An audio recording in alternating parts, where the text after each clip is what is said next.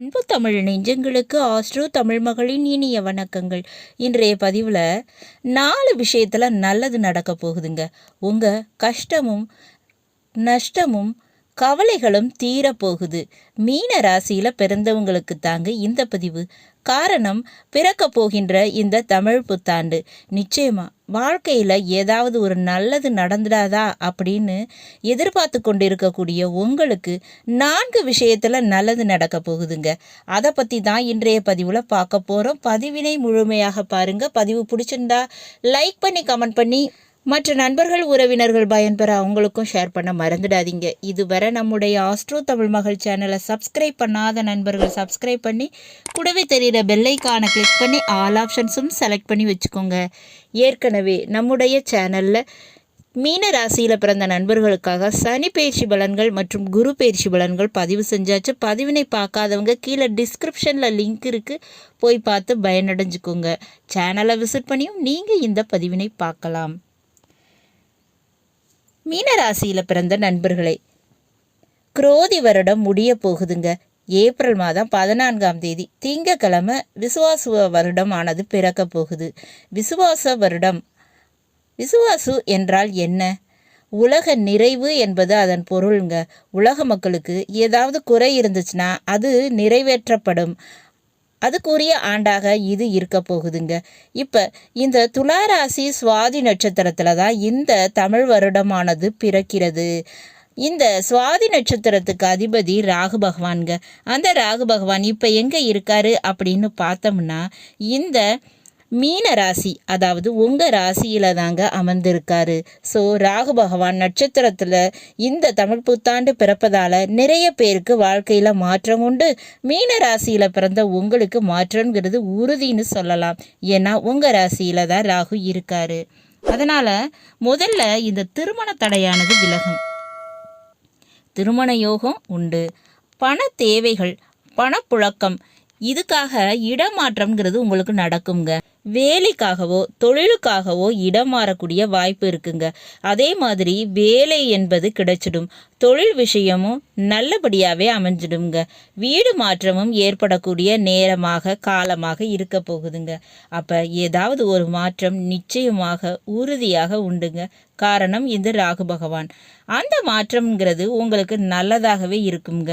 அது பணப்புழக்கத்தையும் ஏற்படுத்தி கொடுக்கும். ரெண்டாவதா பார்த்தோம்னா சுக்கிரன் உச்ச நிலையில உங்க ராசியில இருக்காரு. உங்க ராசியில இருந்து தான் இந்த தமிழ் வருடமானது பிறக்கிறது. அப்ப காதல் கைகூட வாய்ப்பு இருக்குங்க. திருமணம் நடப்பதற்கு வாய்ப்பு இருக்கு. வாழ்க்கை துணை வழியில உங்களுக்கு சந்தோஷம், மகிழ்ச்சி, நிம்மதிங்கிறது கிடைப்பதற்கு வாய்ப்பு இருக்கு.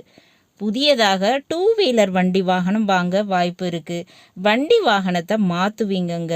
அடுத்ததாக பார்த்தோம்னா புதன் நீசத்தில் இருக்காரு, மீன ராசியில் இருக்காரு. அதனால் தாய் மற்றும் தாய் வழி உறவுகள், வாழ்க்கை துணை, இவங்க வழியில் இருந்து வந்த பிரச்சனைகள் எல்லாமே குறைஞ்சு போயிடும். அவங்க மூலமாக உங்களுக்கு நடக்க வேண்டிய நல்லது நடக்க போகுது, கிடைக்க வேண்டிய நல்லது கிடைக்க போகுது. மார்ச் மாதம் 29ஆம் தேதி மீன ராசிக்கு இந்த சனி பகவான் வந்துட்டாருங்க. கும்ப ராசியிலிருந்து உங்கள் ராசிக்கு வந்திருக்காரு. அப்போ உங்கள் மீன ராசிக்கு 11ஆம் வீடான மகர ராசிக்கும் 12ஆம் வீடான கும்பராசிக்கும் அதிபதி தான் சனி பகவான். அவர் ஜென்மத்தில் வந்து அமர்ந்திருக்கார். அதனால் ரொம்பவே லாபகரமான வருடமாக இது இருக்க போகுது. 7.5 சனி, ஜென்ம சனி அப்படின்னே சொன்னாலும் வேலைக்கும் தொழிலுக்கும் பாதிப்பு என்பது இருக்காதுங்க. வருமானத்துக்கு பிரச்சனையை கொடுக்காது. அதனால் நீங்கள் கவலைப்பட வேண்டாம். 12க்கு உரிய சனியை ஜென்மத்தில் இருப்பதால் நிச்சயமாக சொத்துக்களை உருவாக்குவீங்க. அது நிச்சயமாக நடக்குங்க. வெளிநாடு யோகம் கண்டிப்பாக கிடைக்கிறதுக்கு வாய்ப்பு இருக்குங்க. அடுத்ததா இந்த குரு பகவான் உங்கள் மீன ராசிக்கு 3ஆம் வீடான ரிஷப ராசியிலிருந்து 4ஆம் வீடான மிதுன ராசிக்கு போகிறாரு மே மாதம். அதனால் நிச்சயமாக உங்களுக்கு படிப்பில் யோகம் இருக்குங்க. படிக்கும் மாணவர்களுக்கு பிரகாசமான வருடமாக இந்த வருடம் இருக்குங்க. அதில் கவலை வேண்டாம். கேது பகவான் 7ஆம் வீடான கன்னி ராசியிலிருந்து 6ஆம் வீடான சிம்ம ராசிக்கு போகிறாரு.